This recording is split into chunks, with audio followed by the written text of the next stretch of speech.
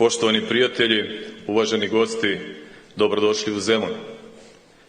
5. novembar je dan u kome slavimo pobjedu srpske vojske i oslobođenje Zemuna u Prvom svjetskom ratu. Dan kada se sećamo naših predaka koji su u velikom ratu dali svoj život za našu slobodu. Istorija je najbolji pokazatelj da je naš narod morao da iznova gradi i stvara. Danas sa ponosom i mi to činimo, sprovodeći jedinstvenu politiku na čelu sa predsjednikom Srbije Aleksandrom Vučićem.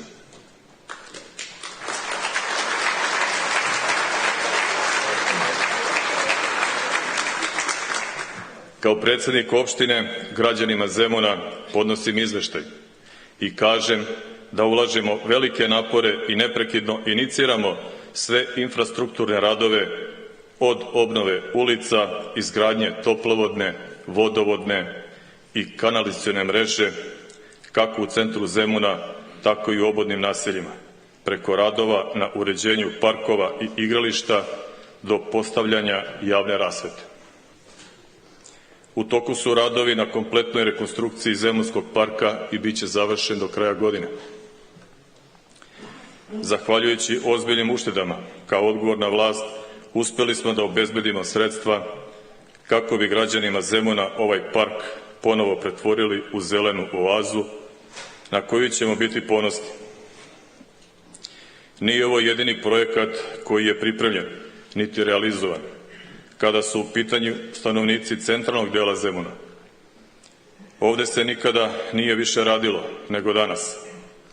Imamo najlepšu pešačku zonu posle rekonstrukcije Gospodske ulice i Magistratskog trga.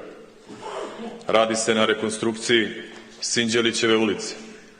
Planirani su radovi i u ulicama Sibijanin Janka, Grobljanskoj i svim pristupnim stepeništima ka našem Gardošu. Pripremamo dokumentaciju za uređenje fasada, a sve ovo sa ciljem da centar Zemuna dobije potpuno novi izgled. Prateći strategiju ravnomernog razvoja opštine, u planu je da se do kraja godine značajno smanji broj od 320 neasfaltiranih, nekategorisanih puteva u svim delovima Zemuna, i u Batajnici, i u Grinovcima, i Zemun polju, i Busijama, i Altini i svakako u centru Zemuna. Cilj nam je do kraja mandata da sve ulice u Zemunu budu pokrivene asfaltom i od tog plana nećemo odustati.